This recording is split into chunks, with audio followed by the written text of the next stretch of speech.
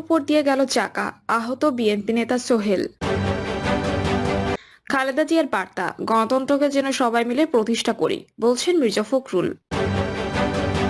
জানাবো জাতীয় স্থায়ী কমিটির বৈঠক, অন্তর্বর্তী সরকারের অধীনে স্থানীয় নির্বাচন চায় না বিএনপি। শুনছিলেন সংবাদ শিরোনাম, এবারে বিস্তারিত। পায়ের উপর দিয়ে গেল চাকা, আহত বিএনপি নেতা সোহেল। আহত হয়েছেন বিএনপি যুগ্ম মহাসচিব হাবিবুন নবী খান সোহেল। রাতে বিএনপি চেয়ারপারসন বিমানবন্দর যাওয়ার সময় গাড়ির পেছনে চাকার তলে পড়ে যায় তার পা। রাতে গুলশান এভিনিউ রোডে এ ঘটনা ঘটে। বিএনপির মিডিয়া সেল সদস্য শায়রুল কবির খান জানান, হাবিবুন নবী খান সোহেল মারাত্মক আঘাত পেয়েছেন, 2 সপ্তাহ বিশ্রামে থাকতে হবে।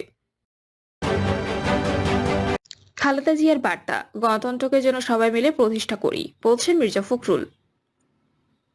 বিএনপি মহাসচিব মির্জা ফখরুল ইসলাম আলমগীর বলেছেন, গণতন্ত্র যেন প্রতিষ্ঠা করা হয়, গণতন্ত্রকে যেন আমরা সবাই মিলে প্রতিষ্ঠা করি। এই বার্তাটি দিয়েছেন BNP chairperson Begum Khaleda Zia.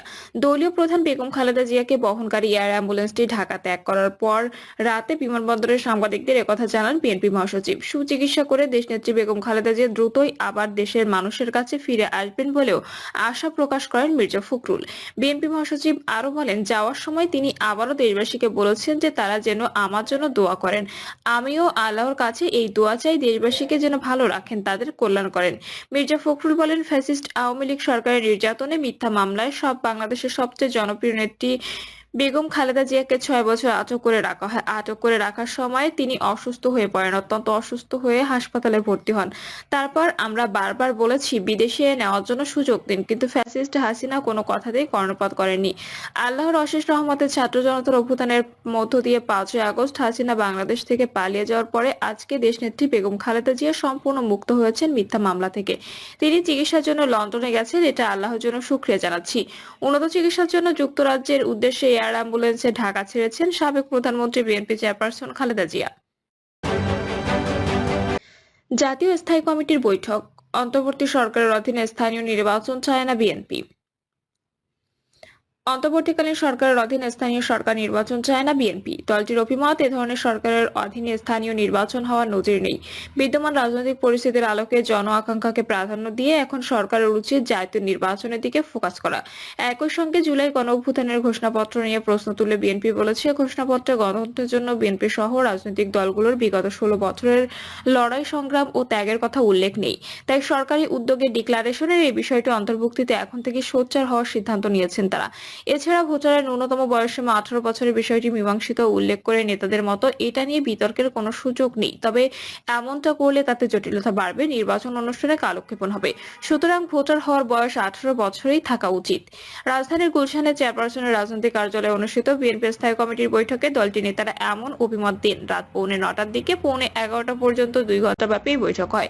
London থেকে বৈঠকে ভার্চুয়ালি সংযুক্ত হন, সভাপতিত্ব করেন দলের ভারপ্রাপ্ত চেয়ারম্যান তারেক রহমান। জানতে চাইলে বিএনপির জাতীয় স্থায়ী কমিটির সদস্য কয়শচন্দ্র রায় বলেন, অন্তর্বর্তীকালীন সরকারের মূল কাজ হচ্ছে নির্বাচনকালীন সংস্কার ও জাতীয় নির্বাচনকে গুরুত্ব দেওয়া। যদি তা না করে জাতীয় নির্বাচনের আগে স্থানীয় সরকার নির্বাচন নিয়ে ভাবে, তাহলে সরকারের কার্যক্রম নিয়ে প্রশ্ন দেখা দেবে।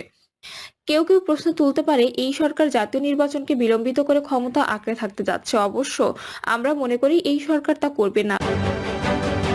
6 জানুয়ারি রাজধানীর গণমাধ্যম কর্মীদের সঙ্গে মত বিনিময় করে স্থানীয় সরকার সংস্কার কমিশন। সেখানে কমিশনের প্রধান অধ্যাপক ডক্টর তোফায়েল আহমেদ বলেন, জাতীয় পর্যায়ে সংসদ নির্বাচন নিয়ে আলোচনা হলেও ঢাকার বাইরে মানুষের মতামত স্থানীয় সরকার নির্বাচন প্রাধান্য পাচ্ছে।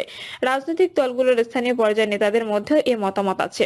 ঢাকার বাইরে মত বিনিময় করতে গিয়ে স্থানীয় সরকার সংস্কার কমিশন এ চিত্র পাচ্ছে। এর আগে নির্বাচন ব্যবস্থা সংস্কার কমিশনের একাধিক মত বিনিময়েও জাতীয় সংসদ নির্বাচনের আগে স্থানীয় সরকার নির্বাচন করার বিষয়ে পরামর্শ উঠে এসেছিল।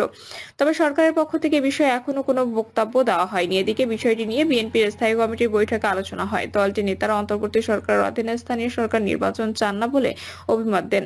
তারা বলেন, এই ধরনের সরকারের অধীনে স্থানীয় নির্বাচন হওয়ার নজির নেই। সরকারের উচিত জন আকাঙ্ক্ষাকে প্রাধান্য দিয়ে জাতীয় নির্বাচনের দিকে ফোকাস করা। সরকারকে কোনো চাপ কিংবা কোনো পক্ষ বা কারো স্বার্থে প্রাধান্য না দিয়ে জনস্বার্থে দেশকে নির্বাচনমুখী করে সামনে এগিয়ে যেতে হবে। সূত্রমতে বৈষম্য বিরোধী ছাত্র আন্দোলন ও জাতীয় নাগরিক কমিটির জুলাই গণ অভ্যুত্থানের ঘোষণাপত্র নিয়েও আলোচনা হয় বৈঠকে। বিএনপি নেতারা মনে করেন এই ঘোষণাপত্র তাদের বিগত 16 বছরের আন্দোলন সংগ্রাম ও ত্যাগের স্বীকৃতি থাকতে হবে, কেননা গণতন্ত্রের জন্য লড়াই সংগ্রাম করতে গিয়ে এই সময় তাদের অসংখ্য নেতাকর্মী গুম, খুন, বিচার বহির্ভূত হত্যা, মামলা, হামলা, নির্যাতন, নিপীড়নের শিকার হয়েছে। নেতাদের দাবি হঠাৎ করে নয়, বিএনপির গত 16 বছরের আন্দোলনের পটভূমিতে জুলাই আগস্ট গণ অভ্যুত্থানে সংঘটিত হয়েছে, যার মধ্য দিয়ে ফ্যাসিবাদের পতন ঘটে।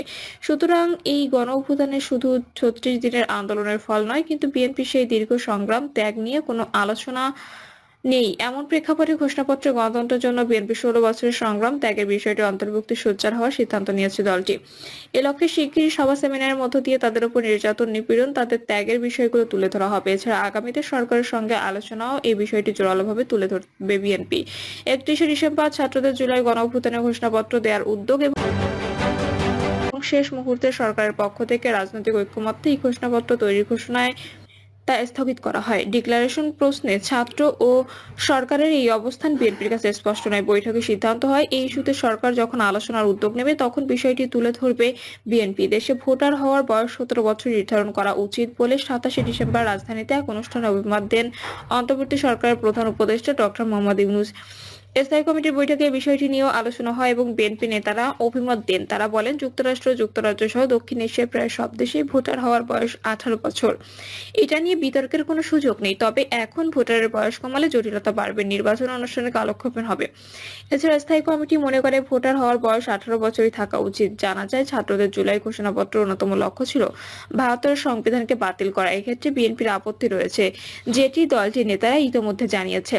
স্থায়ী কমিটির বৈঠকে বিষয়টি নিয়ে ফের আলোচনা হয়েছে। নেতারা মনে করেন সংবিধানের বাইরে গেলে দেশে অস্থিরতা তৈরি হবে।